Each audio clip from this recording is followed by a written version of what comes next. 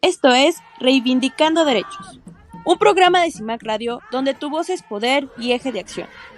Desde humanismo y legalidad, un espacio seguro y libre de estereotipos, donde víctimas, expertos y autoridades fijan posicionamientos para garantizar el acceso a la justicia de mujeres e infancias en nuestro país. Hola, bienvenidas, bienvenidos. Estamos de nueva cuenta en su programa Reivindicando Derechos a través de CIMAC Radio. Y pues yo soy Norma Bautista, me acompaña. La licenciada Verónica. Pues Vero, en nuestro auditorio vamos a estar platicando hoy un tema, más o menos lo hemos estado pues un poquito, pues dando unas pinceladas, por así decirlo, en los programas anteriores y desde las otras temporadas de las que pues ustedes nos han estado acompañando, pero hoy sí quisimos hacer como esta visión como general, un poco también focalizada en ciertos puntos en relación a de qué va el enfoque psicosocial y cómo se aplica en el acceso a la justicia. Entonces, hoy vamos a estar platicando de esta temática. Entonces, ¿te parece si empezamos? Claro que sí. Pues bueno, este enfoque psicosocial en el acceso a la justicia tiene que ver con integrar dentro del tratamiento a víctimas diferentes perspectivas, tanto pues psicológicas, sociológicas, y esto nos va a ayudar, lo hemos platicado en otros programas, ¿no? Que nosotras que somos penalistas, el derecho penal es bastante cuadrado, pero desde este enfoque justamente vamos a analizar muchos otros factores más allá de la comisión delictiva y que también aplica para violaciones a derechos humanos. Acá nos vamos a centrar en cuestiones pues emocionales, en procesos cognitivos, en el contexto que pueden afectar a las personas pues también dentro no solamente del hecho delictivo, sino también de procesos judiciales pues contempla que se haga una intervención, una investigación y que podamos resolver los procedimientos y las problemáticas en el ámbito de la justicia, pero desde un enfoque holístico, tomando en cuenta la victimología y también este concepto de que somos individuos y que como individuos tenemos dignidad. Entonces, este enfoque lo que va a tomar en consideración que son experiencias que individuales, ¿no? Que de pronto tenemos como personas, no, el hecho victimizante puede ser el mismo que le ocurra a Nayeli, pero también puede ser el mismo que me ocurra a mí. Sin embargo, vamos a reaccionar de manera diferente. Entonces, el trauma, la violencia, la exclusión social, pues sí puede influir en la capacidad que tenemos como personas para interactuar con el propio sistema de justicia. Y dentro de un proceso judicial, este enfoque también puede influir en la percepción de la credibilidad de testimonios, en la comprensión, perdón, de factores de estrés que viven las víctimas. Nos puede servir también para identificar pues ciertas barreras estructurales que impidan el acceso a un juicio justo y desde este enfoque lo que vamos a tener es que nuestro eje o nuestro centro de atención son los seres humanos y bajo el entendido de que no están aislados, que pueden estar inmersos en dinámicas familiares, en cuestiones comunitarias, en cuestiones económicas, políticas, y todo eso va a influir, adicionándole evidentemente el hecho delictivo, la violación a derechos humanos, pues va a influir en su bienestar tanto psicológico como emocional. Entonces, desde este enfoque, lo que vamos a darnos cuenta es que estamos frente a un comportamiento humano que no puede ser entendido desde esta visión cuadrada del derecho penal, sino tenemos que tomar en consideración un entorno social en donde se desarrolla, ahí es donde se incorporan las diferentes teorías psicológicas que pues van a explorar la conducta individual, las reacciones emocionales, los conceptos sociológicos que pues están inmersos en las estructuras sociales, las normas, el poder, etcétera, ¿no? Y justo en los sistemas judiciales, pues esta perspectiva es uno de los elementos muy importantes que se incorpora a partir del entendimiento del quehacer victimológico, porque estamos haciendo un análisis integral de todas las partes que van a estar involucradas, nos pueden ayudar con diferentes estrategias, perdón, para temas de dinámicas internas en cuanto a influencias que pudiera haber en el evento en particular. Podemos tener un acceso mucho más equitativo y humano de la justicia, porque no nada nada más nos vamos a quedar con el hecho delictivo, sino todo lo que está rodeado de ese hecho delictivo. Entonces estamos hablando de un proceso que tiene que ver con un acompañamiento familiar, que tiene que ver con un acompañamiento comunitario, que está orientado, sí, en primer instancia a hacer frente a las consecuencias del impacto traumático del delito o de la violación al derecho humano, pero basándonos justamente en el bienestar, en el apoyo emocional, social, en el desarrollo de las capacidades de las víctimas. No dejamos de lado el delito, pero integramos todos estos elementos en la atención a víctimas. Y acá, pues vamos a tratar a la víctima desde un enfoque multidisciplinario, en donde se cruzan pues el enfoque diferencial, los derechos humanos, la perspectiva de género, los derechos de los niños, programas comunitarios, redes de apoyo, dependiendo de la víctima, es como vamos a incorporar estos elementos. Y si bien podremos entender que este es un tratamiento no solamente especializado, sino que a partir de este acercamiento que tenemos con las víctimas, desde esta visión podemos tener digamos, una confianza, ¿no? Se puede nutrir muchísimo más la confianza de las instituciones pues vamos a tener este apoyo focalizado a las personas que han sido afectadas, ¿no? Y para los agentes de Estado, pues les permite entender y comprender en su justa dimensión este impacto del hecho victimizante en los diferentes componentes y quehaceres de las víctimas y que van a ser muy visibles, pues, las dificultades que generan para que de esa manera podamos ubicar los recursos necesarios que estén en nuestras manos como agentes estatales para ayudarlos de esa situación de vulnerabilidad. Pero, ¿qué más tenemos en este tema, Naye? Pues mira, ahora que hablamos de este tema tan complicado, como tú bien lo has dicho, somos aquellas que estamos en la calle, que realmente nos damos cuenta de lo que este enfoque psicosocial trae consigo en nuestras víctimas. Creo que también es bueno hablar en relación a este tema de la genealogía de la perspectiva psicosocial, ¿no? Es necesario que refiramos que, por ejemplo, en las regiones de las Américas, este enfoque surge en estos ámbitos de dictaduras militares y conflictos armados durante aproximadamente los años 80 y 90 de nuestro siglo pasado. Situación histórica y políticamente que queda muy bien parada en las transiciones de la región, buscando con ello obviamente comprender los efectos psicoemocionales, tanto de manera individual, pero aquí ya buscamos esta amplitud que es en estos consecuencias y en estos efectos comunitarios, tanto de la guerra como de la represión, estos abusos estatales. Que como tal la época tenía en sí en general. En nuestro país, por ejemplo, esta perspectiva se incorpora aproximadamente a finales de la década de los 90 y en este ámbito básicamente de la salud mental y de las organizaciones de la sociedad civil, y como tú bien lo referías, ya aquí entran los derechos humanos, específicamente dentro de esta estrategia contra insurgentes, así como para abordar algunos impactos del levantamiento zapatista en 1994, tanto en las poblaciones chiapanecas como en otros contextos. Y ya que estamos hablando de este enfoque psicosocial, como tú lo referías, también, muy aparte de que importa mucho la víctima, porque será de la víctima el enfoque que se le dé, también cabe resaltar que hay aportes de otras ciencias y de otras disciplinas, ya que, por ejemplo, el enfoque psicosocial como tal tiene sus raíces en varias disciplinas, principalmente en la psicología y la sociología. Reúne aportes de la psicología social comunitaria, así como de la teoría del trauma y de los derechos humanos. También fíjate que se acerca mucho a estos como actos que aporta cada una de estas décadas. Por ejemplo, la psicología social y la comunitaria se dan a partir del siglo XX en este cambio de la psicología social que se comienzan ya a estudiar estos fenómenos como la influencia social, los roles de grupo y la identidad colectiva, que podríamos decir que sentó las bases de un entendimiento muchísimo más amplio de cómo el entorno afecta al comportamiento individual. La psicología comunitaria, por su parte, enfatizó mucho en la intervención en comunidades, promoviendo la participación activa de las personas en esta mejora, sobre todo en su propio entorno.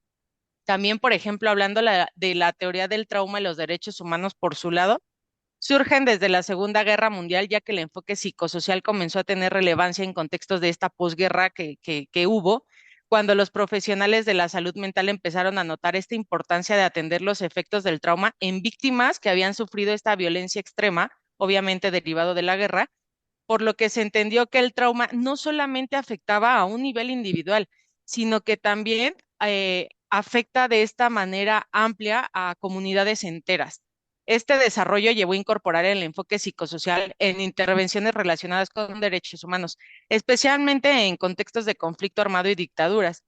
Hablando, por ejemplo, de la justicia transicional que tú mencionabas, surge en la segunda mitad del siglo XX con los procesos de transición, obviamente, de la democracia en varios países de América Latina, y surge con esta necesidad que tenemos ya de abordar las consecuencias psicosociales de la violencia política y de las violencias a los derechos humanos. En este contexto, el enfoque psicosocial se consolidó como una herramienta fundamental para trabajar con víctimas, ya que esto les permitía, por ejemplo, reconocer cómo el daño trasciende de lo personal y también afecta estas relaciones ya sociales y de confianza que tenemos en las instituciones.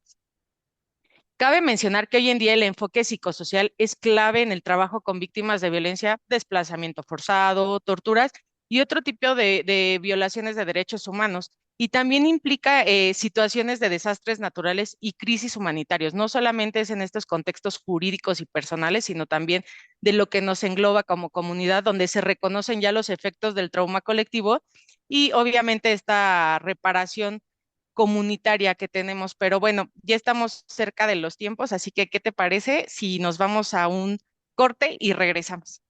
Sí, vamos a un pequeño corte. Estamos en Reivindicando Derechos a través de CIMAC Radio. Volvemos. En CIMAC Radio queremos escucharte. Comunícate con nosotras al 55 60 60 55 71 55 60 60 55 71 y déjanos conocer tus opiniones sobre nuestra programación.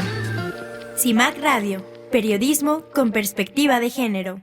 Y bueno, regresamos a nuestro programa de Reivindicando Derecho por CIMAC Radio. Y bueno, básicamente estábamos hablando de, de esta situación de otras disciplinas dentro de este aspecto psicosocial.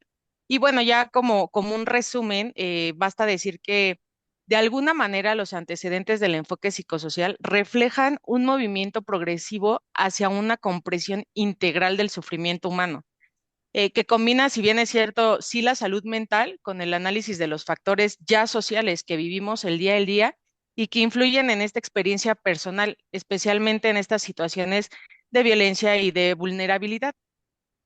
Y sabes, pues de pronto también dentro de este enfoque, uno de los elementos bien interesantes a considerar, hemos dicho que se centra pues, ¿no? En la víctima y desde ahí se hacen todos estos análisis, estos estudios multidisciplinarios, pero hay que tomar en consideración que si nos vamos a la norma, ¿no? La norma tanto nacional como internacional y cuando se conceptualiza lo que es una víctima, se habla de diferentes elementos para su composición y que incluso se puede hacer clasificaciones, ¿no? Víctima directa, víctima indirecta, potencial, pero desde este enfoque es bien importante al hablar que estamos mencionando que está enfocado hacia las personas y hacia el impacto del hecho victimizante en su vida, en su entorno, en su comunidad, etcétera.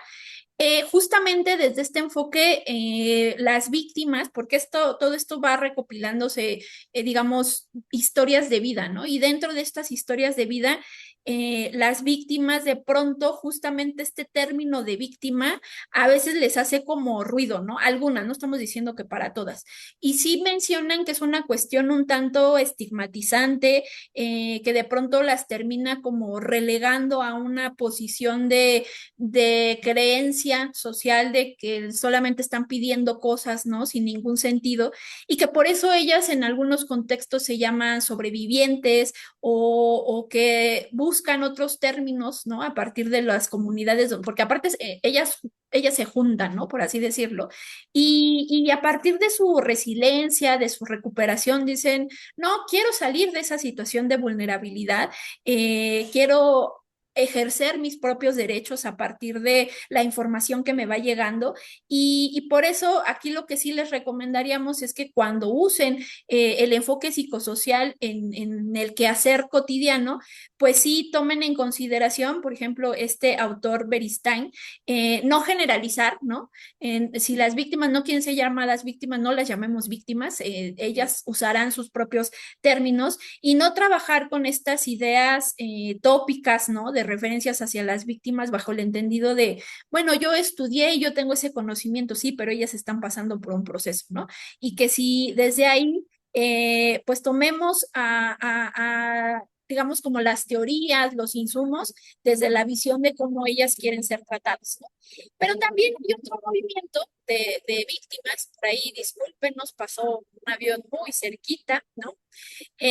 Otro aspecto que también se menciona en relación a las víctimas como movimiento, precisamente es eso, generar una reivindicación, un proceso reivindicatorio, un proceso de visibilización frente al Estado y que dice, no, sí, nómbrenos víctimas porque es el Estado el que nos ha generado estas afectaciones. Entonces, pues al final en estos contextos hay esta cuestión de lo familiar, lo social, lo comunitario, lo económico que emerge, ¿no? En esta situación en la que están viviendo y que de pronto no podemos desdibujarlas.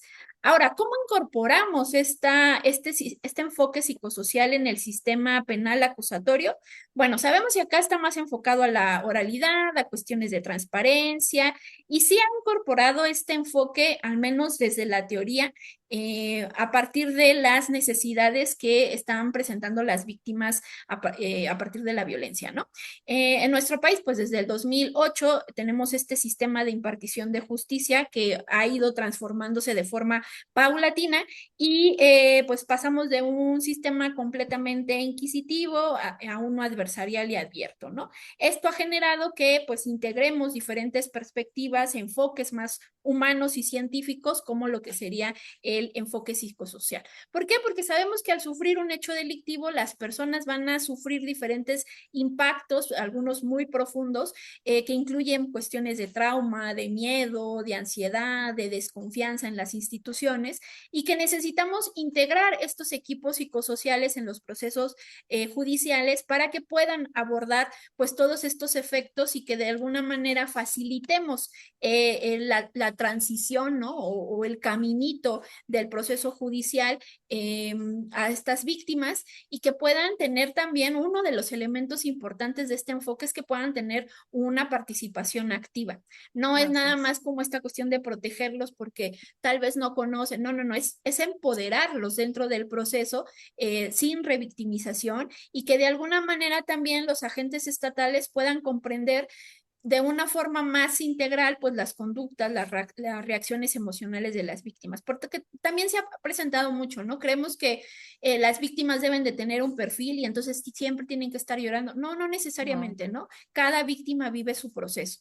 Y entonces ya estos tipos de violencia, ya sea física, sexual, psicológica, pues como decíamos, van a generar estos efectos que sí inciden en la capacidad de las víctimas para poder denunciar o para participar activamente en el proceso, pero no es una regla, como no es, si pasa esto, no van a poder hacer tal o cual cosa, ¿no? Entonces, la violencia que está basada en cuestiones de género, pues sabemos que no solamente causa un daño físico, sino también impacta en la autoestima, en las redes de apoyo, en la percepción de la seguridad, y que a veces pueden existir estas barreras tanto emocionales como sociales que impiden que las víctimas puedan denunciar o que sigan procedimientos ante las autoridades, y entonces aquí es donde entra precisamente el enfoque psicosocial, porque generamos la contención emocional y podemos también impactar en el entorno que facilite pues la expresión de las vivencias, ¿no? Entonces, en términos generales, podríamos decir que este enfoque y el acceso a la justicia se cruza en varios supuestos.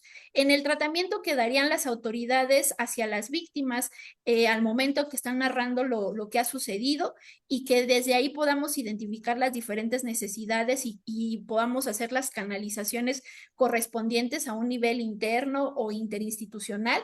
Y que también esto nos ayude a poder generar o recabar estos testimonios libres de discriminación y revictimización, ¿no? Cuando somos empáticas con las personas es más fácil que ellas se puedan abrir. En un segundo momento tendremos que hablar de las intervenciones periciales, que ahí pues implican algunas cuestiones de comunicación con las víctimas y pues se hablan de técnicas, se habla de revisiones minuciosas a partir de este enfoque. Y el tercer momento lo ubicamos cuando estamos ante los indicios, ante las pruebas que deben de ser valorados para determinar pues la verdad de los hechos, aplicar la justicia y obtener reparación. Bueno, ahí también tenemos que incorporar la perspectiva psicosocial porque implica hacer un abordaje mucho más integral. Y uno que podríamos considerar como transversal tiene que ver con la atención a víctimas durante todo este proceso para poderles ofrecer ayuda, para poderles ofrecer asistencias, apoyos y que, insistimos, este enfoque es el que nos va a sacar a flote las necesidades de las víctimas a través de la atención. Entonces, hay necesidades que debemos de tomar en cuenta en temas de seguridad, de protección, de identificaciones claras, de información para tomar decisiones. En la medida que nosotros le demos esta información cabal, ellas podrán tomar, las víctimas, tomar las decisiones mejor a partir de lo que ellas están viviendo. También tiene que ver con acciones de reconstrucción, de participación, de derecho a un trato digno, atención al impacto social. Entonces son varios elementos que se van cruzando. Y bueno, pues esto se relaciona precisamente con los grupos en situación de vulnerabilidad, ¿no, Nayib? Sí, mira, ahora que lo mencionas y ya que manifestabas esto de la empatía, es necesario referir que hablar de los grupos en situación de vulnerabilidad en este enfoque psicosocial en el acceso a la justicia, yo creo que es uno de los más importantes de los que vamos a hablar.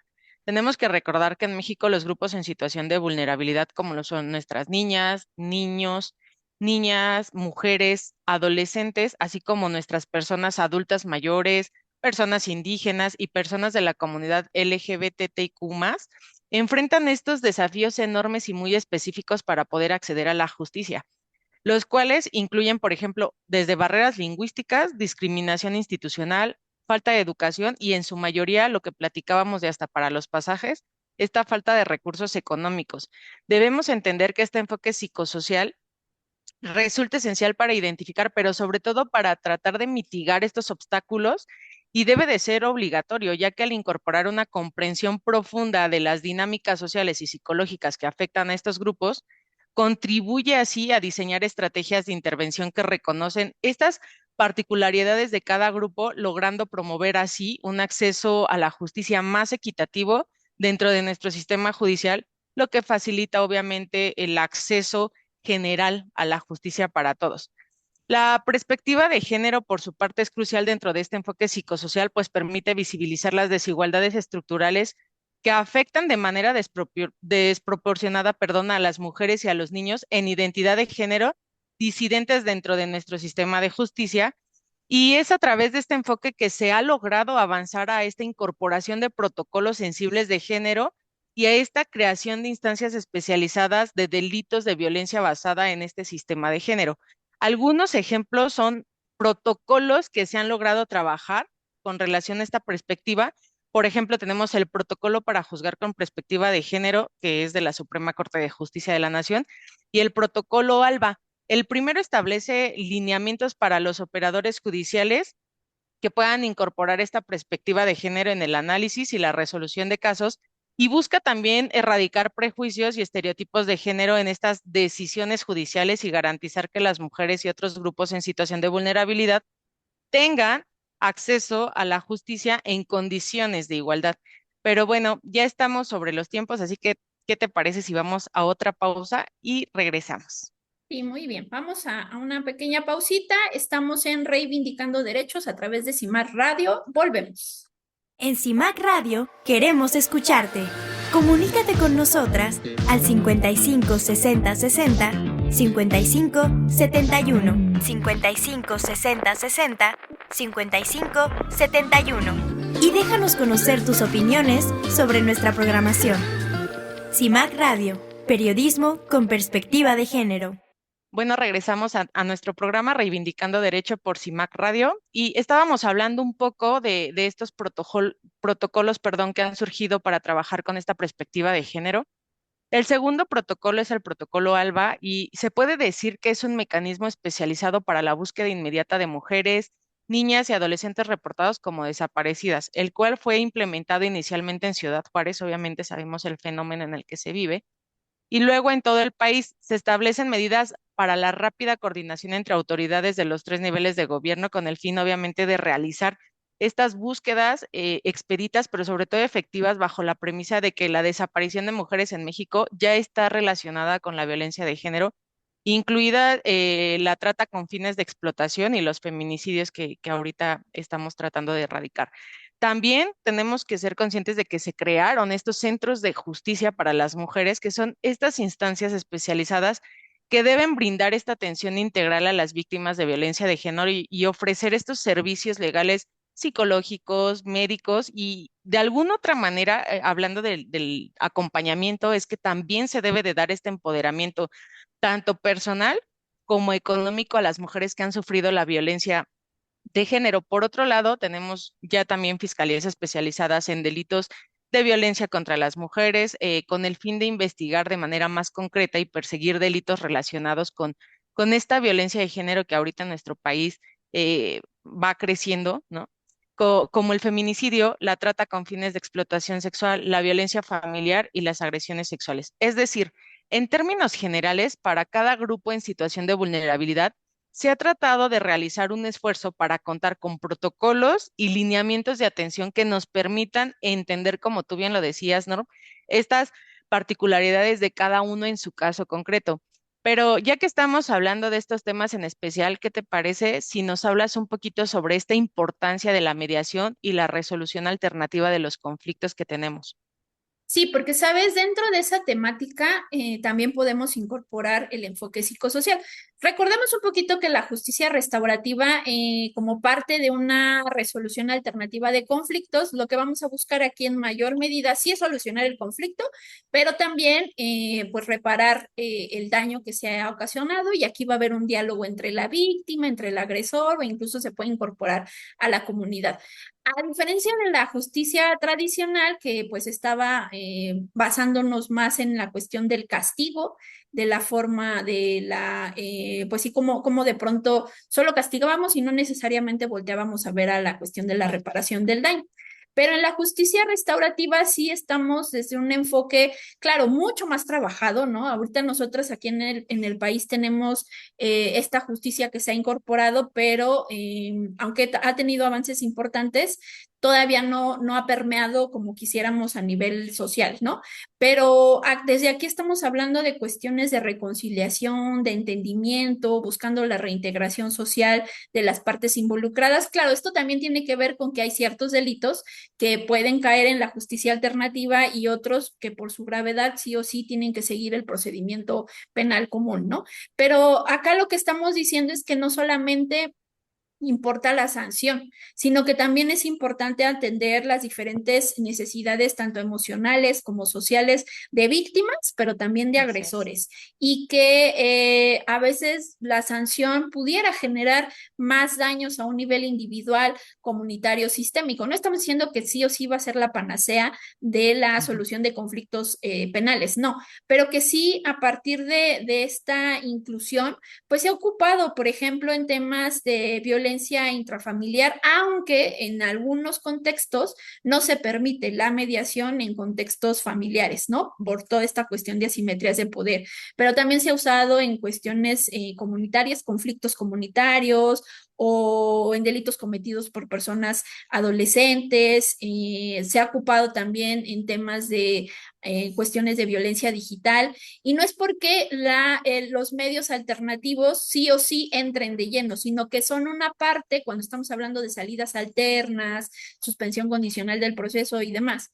Hay una partecita del procedimiento que tenemos que hablar de la reparación del daño y ahí es donde entra esta parte de la solución alternativa a los conflictos. Y Así como es. ahí tenemos que abordar precisamente cómo vamos a atender la reparación del daño, pues desde esta visión estamos un poco, sí, queriendo voltear la mirada, a dejar la violencia atrás, a atender las afectaciones que tienen las personas, a generar paz en los territorios y desde ahí es donde podemos incorporar las perspectivas psicosociales porque pues podemos atacar todos esos entornos, ¿no? Cuando tenemos un procedimiento a través de la justicia alternativa, nos sentamos vis a vis a platicar lo que me generó el hecho victimizante, ¿no? Si yo me siento muy mal porque lo que tú hiciste, Nayeli, cuando me cometiste tal hecho, este hecho delictivo, y voy a tener esta posibilidad de escucharte a ti, ¿no? Como persona agresora, que pueda haber como este entendimiento mutuo, claro, si es una cuestión también de ceder, ¿no? Porque Claro. estamos en un procedimiento específico, pero difícilmente en un procedimiento penal se da este acercamiento con las víctimas. Insistimos, y con los agresores. No es que aplique para todo, ¿no? O sea, claro, en un ideal, por ejemplo, la ley específica no tiene restricciones, las leyes locales sí dicen dónde se opera, cuándo no opera, etcétera.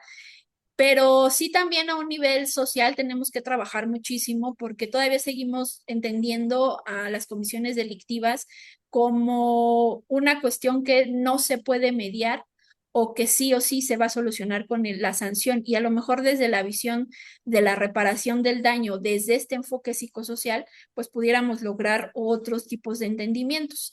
Insisto, todavía estamos en una postura que se está trabajando mucho la justicia alternativa, pero pudiera ser algunos elementos claves. Insistimos, no nos va a resolver el problema, por ejemplo, de inseguridad que tenemos en el país, no, no, claro que no, pero es otra mirada para resolver estos conflictos. Y aquí también sería importante que nos mencionaras un poquito, Naye, ¿y esto nos sirve nada más para esto o lo podemos ocupar para otras instancias, este tipo de enfoque? No, mira, este tipo de enfoque se puede usar para otro tipo de instancias, pero también, sobre todo, por ejemplo, creo que tenemos que puntualizar mucho en un tema que para mí tiene que tener demasiado análisis. Hablar, por ejemplo, de esta importancia del apoyo psicosocial a personas defensoras de derechos humanos y litigantes, ya por el simple hecho de su propia naturaleza de la labor, es primordial y necesario entender que, por ejemplo, el apoyo psicosocial a personas defensores de derechos humanos y litigantes es crucial debido a este alto nivel de estrés, amenazas y violencia que solemos enfrentar. Recordemos que nosotras también somos litigantes. Es en este ejercicio de nuestra labor es muy complicado, ya que frecuentemente nos encontramos en situaciones de riesgo, lo que puede generar fatiga emocional, ansiedad y otras consecuencias psicológicas negativas. Tenemos que entender que un enfoque psicosocial puede ofrecernos estrategias de autocuidado, de intervención psicológica y de redes de apoyo que permitan enfrentar de manera efectiva, pues estos desafíos de nuestra propia labor, contribuyendo con esto al bienestar integral de estas personas que hablando de los defensores de derechos humanos, que pelean por nuestros derechos fundamentales. Además de los riesgos personales, los defensores de derechos humanos, en su caso, suelen cargar con este peso emocional de los casos que representan, lo que puede llevar a fenómenos como el desgaste por empatía o el síndrome de burnout, por lo que el enfoque psicosocial tiene que permitir abordar estas situaciones mediante la implementación de mecanismos de apoyo psicológico, pero que debe de ser continuo. El fortalecimiento de estas comunidades de defensores y la sensibilización, sobre todo de la importancia de la salud mental en el ejercicio de su trabajo, es muy vital. Por eso necesitamos entender que este tipo de apoyo es necesario para garantizar la sostenibilidad y la efectividad de las acciones de defensa de los derechos humanos para poder así estar protegiendo a su vez la integridad de aquellos que trabajan por protegernos a nosotros, ¿no? Que creo que es parte de esta empatía y esta solidaridad que tú mencionabas. Y es en base a esta obligación que tenemos como ciudadanos también de cuidarnos y de ser un poquito recíprocos, que el Estado también debe de darte estos roles institucionales públicos de esta promoción en un enfoque psicosocial. ¿Y qué te parece, Nor, si nos hablas tú un poquito de este tema? Sí, porque si estamos hablando de que digo, que esto surge a partir de la psicología y que en mayor medida se ha enfocado más este enfoque psicosocial en temas de derechos humanos, y que pues a partir de también la reforma que tuvimos aquí en la materia, ¿no? En nuestra Constitución, pues obligó a que fuéramos jalando estándares de diferentes instrumentos internacionales, lo que han dicho órganos de esta naturaleza, porque sabemos que a partir de la incorporación de estas figuras de los derechos humanos, ponemos a las personas como eje de acción del Estado, ¿no? Entonces tenemos que actuar a partir de la protección de estos colectivos. Pero también esa protección los asume como sujetos de derechos, es decir, ellos pueden hacer valer sus derechos, pueden reclamarnos, pueden empoderarse y demás. Así es. Pero eso obliga a que institucionalmente promovamos este tipo de enfoques dentro de un sistema de justicia, que es lo que nosotras estamos tratando de aterrizar la idea, porque implicará que entonces sí nos vamos a enfocar, ¿no? A veces mucho, y nos ha sucedido mucho en las asesorías, esta idea de decir, bueno, pero es que tiene más derechos el agresor, ¿no? Ahora que atendemos más a víctimas. Y lo que platicamos es que no es una cuestión de balanza, ¿no? ¿Quién tiene más derechos y quién menos? Claro, nominativamente tal vez van a aparecer más de un lado que del otro. Que del otro. Pero estamos hablando de un sistema garantista que lo que estamos protegiendo son justamente todos los derechos de todas y todos, independientemente de qué lado estés. Y que justamente el aparato institucional genere los insumos necesarios para poder atender las necesidades, perdón, las necesidades de estos colectivos, sea de un lado o sea del otro, como decíamos, ¿no? Y entonces, pues desde ahí necesitamos una formación continua de agentes estatales, jueces, fiscales, defensores, para que entiendan de qué va este enfoque psicosocial. Nos ha pasado mucho también a nosotros que cuando nosotros queremos incorporar estos enfoques a las investigaciones, sí nos ven como bichitos raros, ¿no? Porque es así de sí, pero es que el hecho delictivo, no estamos desatendiendo el hecho delictivo, ¿no? La comisión delictiva, pero esto va de la mano de el tratamiento que le podemos dar a las personas, porque estamos hablando de un tratamiento más justo, estamos hablando de un tratamiento mucho más empático que puede reducir la victimización y que también va a generar un impacto en una justicia pues mucho más equitativa. Y aquí es donde entra en juego pues el rol de las instituciones, porque necesitamos protocolos, necesitamos directrices, necesitamos que exista una intervención oportuna y eficaz de este tipo de equipos que están conformados por diferentes disciplinas, psicólogos, trabajadores sociales, especialistas en trauma, y que solamente desde esta materia podemos entender cuál es el impacto general en esa víctima en específico, ¿no? Que claro, estamos hablando de protocolos como reglas generales, pero los mismos protocolos explican que cada víctima va a tener su propio proceso, que sí vamos a encontrar cuestiones generales en ellas, pero el tratamiento sí tiene que ser casuístico, ¿no? Y que pues de pronto también este tipo de enfoques pase por los legisladores, porque luego ha pasado mucho, ¿no? Y como que uno dice, bueno, ¿y esta ley? Pero sí, ¿quién la escribió? Porque no parte del entendimiento del contexto social, del fenómeno delictivo, del contexto político, etcétera, ¿no? Y entonces ahí pues hay que tomar en cuenta que sí se debe de analizar desde estos diferentes enfoques, pues para que podamos tener un entendimiento cabal. Sí, ahorita estamos hablando desde la visión de la víctima para cubrir sus necesidades, pero esto nos puede ayudar también para generar política pública, nos puede ayudar para también ubicar las causas subyacentes de un hecho delictivo y que a partir de ahí pues generemos intervenciones específicas. O sea, esto sí nos puede ayudar para mucho, pero sí tiene que ser una cuestión muy proactiva del Estado para entenderlo, ¿no? Y bueno, nosotros acá un poquito este programa, como lo han notado, no tenemos hoy invitado porque queríamos mapear un poquito esta información desde lo que nosotras hacemos y nosotras aplicamos este enfoque. Entonces, pues hay algunas cuestiones que nosotras queremos rescatar. Preguntándonos a nosotras mismas y aprovechando la experiencia que hemos tenido en el tratamiento a víctimas. Y entonces en ese tenor, me gustaría preguntarte, Naye, ¿no? ¿Cómo crees que es la implementación del enfoque psicosocial o cómo este enfoque ha cambiado el acceso a la justicia en los últimos años o no ha pasado nada en ese tenor? Pues mira, ya que lo preguntas de esta manera, y como tú bien lo dices, creo que cada quien está hablando de su punto de vista, a mi parecer no mucho. Quiero decir que si bien es cierto que en los últimos años se ha pretendido concientizar a las diversas esferas institucionales como tal en este enfoque del que hemos platicado, lo cierto es que en el ámbito jurídico aún se dista mucho de tal aproximación, ya que únicamente si analizamos bien las noticias y lo que pasa en el día a día, este enfoque solamente se ve reflejado a la hora de legislar, pero no así a la hora de juzgar. A mi parecer, salvo los grupos indígenas que desde ya hace varios años sí tienen su trato especial y sobre todo este dominio especial estrechamente vinculado con su ámbito social y de costumbres, incluido obviamente su dialecto. Realmente el enfoque psicosocial como tal no se observa en el día a día dentro de estas instituciones de nuestro país. Eso es algo que tristemente sí tenemos que decir.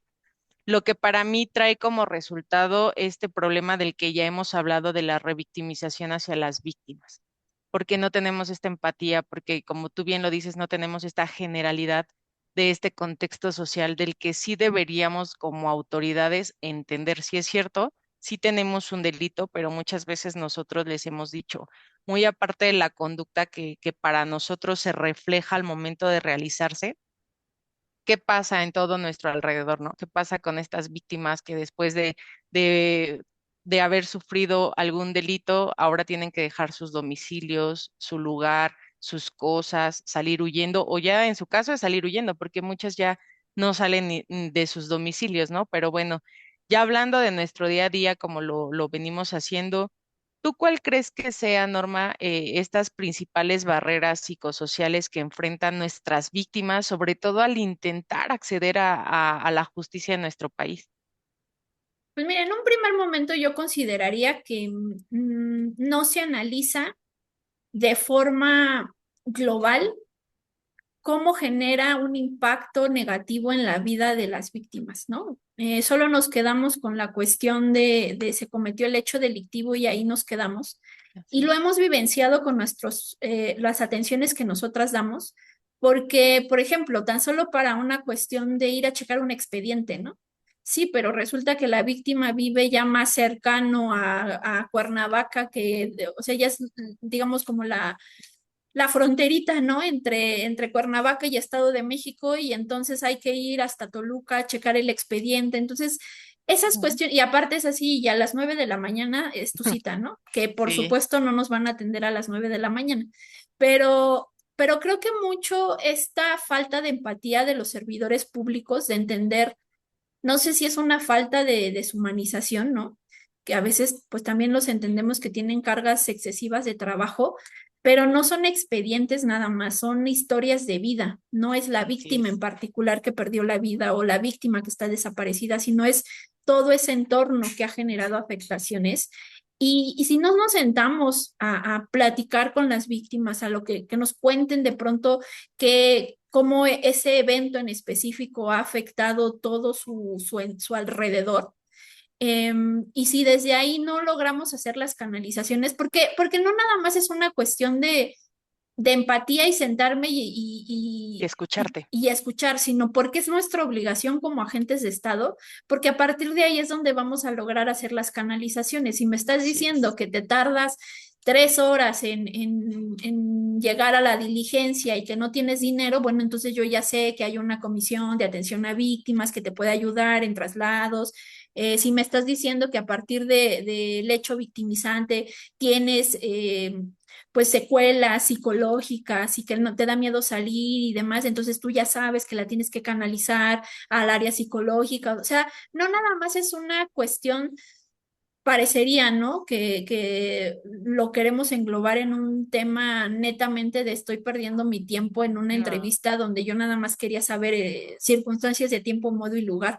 No, es que es parte del entendimiento de una investigación y de un tratamiento a víctimas. Por eso en estos enfoques se habla, sí, no me voy a inclinar solamente a la investigación del hecho delictivo, ni tampoco me voy a inclinar solamente a la atención a las víctimas, no. Como servidor público lo que tenemos que hacer o como agente de Estado es justamente nivelar las dos cosas. Claro, Así es. habrá algunas que no te corresponden, pero canaliza. Y si tú ni siquiera las conoces, ¿cómo vas a lograr hacer las canalizaciones? Nos ha pasado muchísimo que hay servidores públicos, agentes estatales, que no hacen el aviso a las comisiones de atención a víctimas para que inicien los registros de víctimas. Ese sería el paso número uno, ¿no? Está bien, tú no lo puedes hacer, tú no le puedes dar traslados, tú no le ¿A puedes dónde voy? dar, pero mándalo a donde sí pueden. Así Y yo es. creo que mucho es para englobarlo sería desconocimiento, sería desatención, sería falta de empatía y que desde ahí hay que hacer varias cosas, ¿no? Tenemos pendientes, pero estamos sobre los tiempos. Entonces, ¿qué te parece si nos vamos a nuestra última pausa? Estamos en Reivindicando Derechos a través de CIMAC Radio. Volvemos.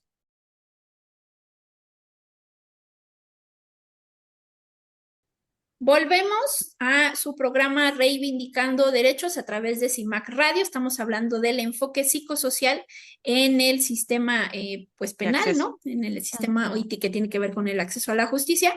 Y bueno, estamos platicando un poquito desde nuestra propia experiencia, lo que hemos vivido a partir de la aplicación del enfoque psicosocial. Y justamente a mí me gustaría, Nayer, que nos platicaras, porque tú has estado también en contacto, antes de estar como en esta organización, pues has estado en contacto directo con atención a víctimas.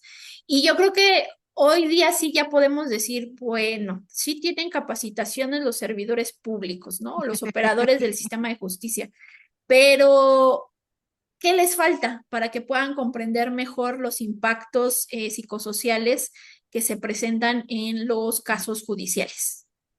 Pues mira, ya que lo dices así, pareciese burla, pero no lo es. Es cierto que a veces nos dicen, es que está en capacitación, pero la verdad es que creo que también tiene que ver, sí, esa capacitación, pero realmente qué enfoque y qué objetivo tiene. Yo creo que lo ideal sería que se les den cursos, pero cursos muy específicos sobre el respeto a la diversidad.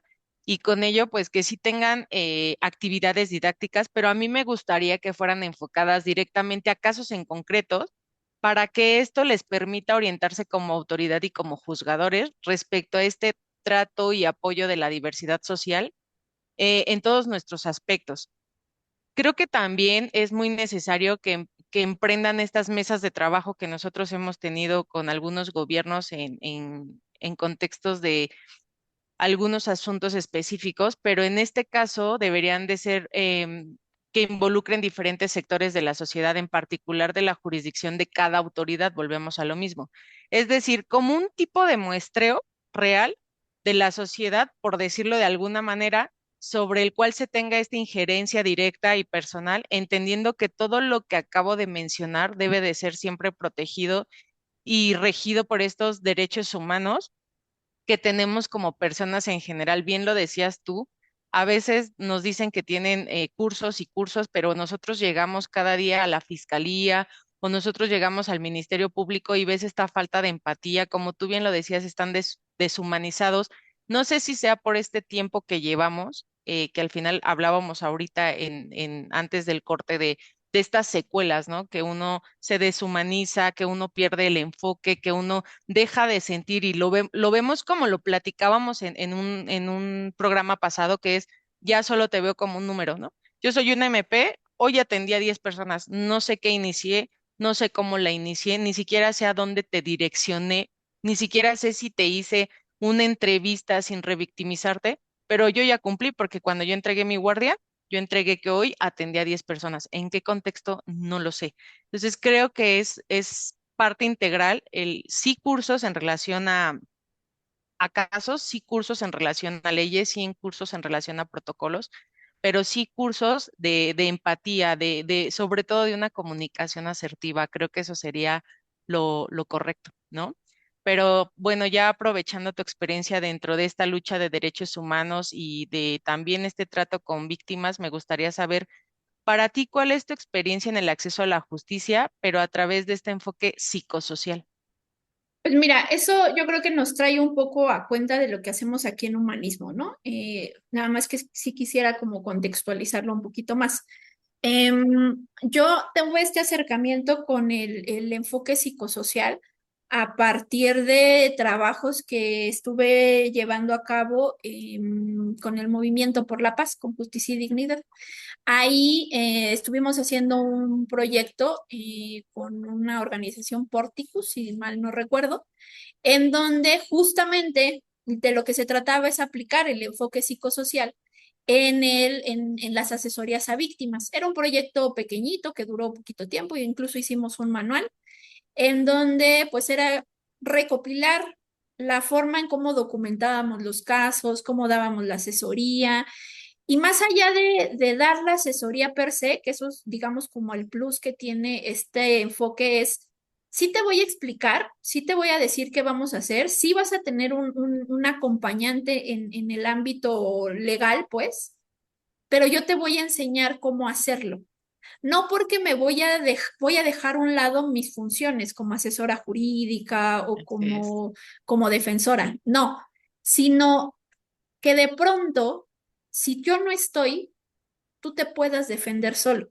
Claro, para algunas cuestiones sí necesitamos a los expertos, ¿no? O a los que tengan la patente, pero de entrada, que tú sepas que si te niegan una copia, no te pueden decir que es para que tú no difundas la información. Una cosa es que no se difunda la información, pero otra completamente diferente es que yo como víctima no tenga acceso a copias de mi expediente, ¿no? Así es. O que no se me informe cuáles son el seguimiento de nuestras, digamos, los pasitos que vamos a tener durante la investigación. Entonces, yo me formé con esa visión de decir, o sea, sí vamos a dar la asesoría jurídica, pero también le vamos a invertir tiempo en escuchar a la víctima, pero también le vamos a invertir tiempo en armar un diagnóstico, pero también vamos a destinar un tiempo para poder en conjunto diseñar la estrategia, sí explicar dónde sí entro yo, dónde entra la víctima.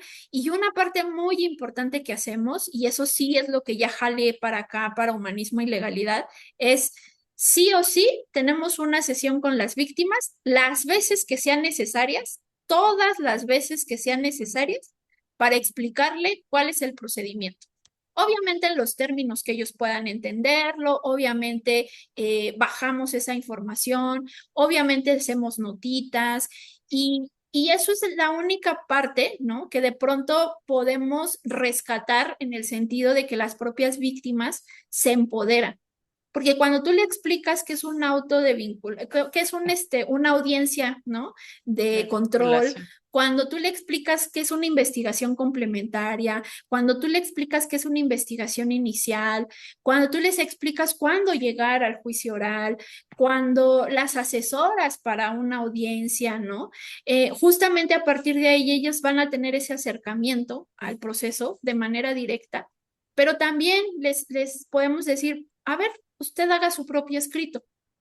Y ya nosotros le damos del formato jurídico, pero usted haga su propio escrito, porque si un día yo no estoy, y nos ha pasado, también nos han pasado tener casos de víctimas que nos quitan de ser asesoras jurídicas y lo empiezan a retomar los otros abogados y después regresan con nosotras, porque precisamente esos otros abogados, al menos lo que nosotros hemos detectado, y no estoy poniendo, no es cacería de brujas ni mucho menos, pero al menos ese plus que nosotras tenemos es, les explicamos paso a paso y nosotras no mentimos. No vamos Así a es. prometer algo que no se pueda, porque entonces estás generando expectativas y ahí sí es revictimizar, ¿no? Así Porque es. estás generando esas expectativas. Entonces lo que hacemos acá en nosotras en humanismo y legalidad es eso. Tenemos mucha escucha con nuestras víctimas, consensamos todo lo que hacemos, preguntamos cuáles son sus necesidades y a partir de ahí vamos canalizando. No dejamos de lado la parte jurídica, que es la que nos toca, pero sí tenemos este acercamiento, pues, de estar con ellas y para ellas, ¿no? Desde la posición de soy tu respaldo, ¿no? No soy tu muleta, pero soy tu respaldo. Y que si un día te quieres recargar, ahí voy a estar, pero yo te voy a regresar para que tú puedas ejercer los derechos, ¿no? Y eso nos ha generado impactos bien interesantes porque hoy día, a pesar de que seguimos acompañando a víctimas, tenemos víctimas que se han vuelto activistas y son víctimas que ayudan a otras víctimas, ¿no? Entonces yo creo que hablar de un enfoque de esta naturaleza, ponerlo vivo, hacerlo vivo con los casos que nosotras de pronto tenemos, es regresarle ese poder ciudadano a unas personas que el Estado les ha fallado, ¿no? Que de pronto no se hizo las cosas como debían y que ahora ellas sean las que tengan que pues hacer valer sus derechos, insisto, teniendo o no abogado, ¿no? Entonces yo creo que eso es una de las cosas que pudiéramos rescatar de este enfoque y que sí, cuesta bastante trabajo, ¿no? O sea, este tipo de nociones, hacerlas frente a una autoridad con las características que hemos platicado, cuesta trabajo, pero también es uno de los elementos que pues toca insistir, porque pues de pronto no estamos pidiendo favores, lo hemos dicho muchas veces, no estamos pidiendo favores, estamos exigiendo el cumplimiento de sus obligaciones, ¿no? Pero no sé, tú, Naye, ¿con qué quieras cerrar en relación a esta, pues esto que estuvimos platicando tan interesante y pues también exponer un poquito desde el lado, ¿no? Que de pronto tú has manejado en esta materia? Pues mira, yo creo que dijiste 3 puntos muy bonitos ahorita que estaba cerrando, que es, hay que hacer una cadenita de favores. Yo creo que algo que ha impulsado humanismo y legalidad es que, como tú lo dices, es tanto el apoyo que sentimos y tanto el abrazo que le damos a nuestras víctimas, que en algún momento las empoderamos tanto, como bien decíamos en uno de nuestros bloques, que era realmente lo que se debería de buscar. Las empoderas tanto, tanto, tal vez no económicamente, pero sí personal, que ellas se arriesgan después a hacer esta cadenita de favores, a que si hoy se encuentran en el MP a una persona en la misma fiscalía en la que ellas se encuentran y, y, y tienen cómo ayudarlo, lo hacen, ¿no? Yo creo que eso habla de la comunicación asertiva que nosotros queremos, entender que el término psicosocial se refiere a la relación entre los aspectos psicológicos y sociales de los seres humanos. Es lo primero que debemos entender, que las personas que se sientan escuchadas, valoradas y tomadas en cuenta es de los propósitos que cada una de nuestras autoridades debe de tener de manera obligatoria. Y con esto, a mi parecer, también bajarían la tasa de delitos, ya que habría consecuencias claras, pero que además, como tú bien lo decías, ¿no? Nuestras víctimas nos entenderían. Nosotros tenemos que entender que tal vez nosotras somos las especialistas en la materia y de qué nos sirve si ellas no entienden, si en algún momento ellas no se van a poder defender. Entonces, solo me queda decir que ojalá muchas autoridades nos estén viendo y hagan este pedacito que les toca socialmente hablando para entender que las víctimas se protegen y se cuidan. Es correcto. Pues no nos queda más que despedirnos. Les damos las gracias por habernos escuchado. Les invitamos a que, pues, si tienen ahí algún tema en particular que quieran que expongamos o si tienen dudas de algo de lo que se dijo en este programa, se pongan en contacto a través de las redes de CIMAC Radio y pues ahí vamos a estar al pendiente. Y pues yo fui Norma Bautista, me acompañó. ¿Quién me acompañó? A ver, digan. Verónica Baeza. Ya saben que yo siempre le cambio el nombre, pero pues bueno, nos vemos la siguiente semana. Cuídense mucho y pues esto fue Reivindicando Derechos. Bye, bye. Esto es Reivindicando Derechos, un programa de CIMAC Radio donde tu voz es poder y eje de acción. Desde humanismo y legalidad, un espacio seguro y libre de estereotipos, donde víctimas, expertos y autoridades fijan posicionamientos para garantizar el acceso a la justicia de mujeres e infancias en nuestro país.